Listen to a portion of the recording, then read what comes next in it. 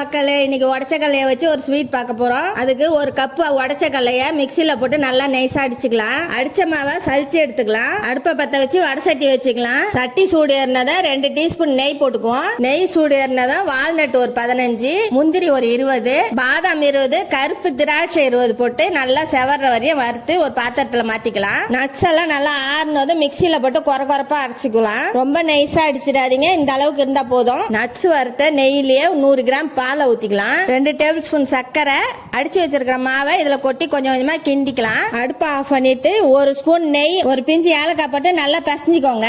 அடிச்ச நட்ஸோட இந்த மாவை கொஞ்சம் சேர்த்து நல்லா பிசைஞ்சுக்குவோம். மீதி இருக்கிற மாவை உருட்டி சப்பாத்தி கல்ல வச்சு நல்லா தேய்ச்சிக்கோங்க.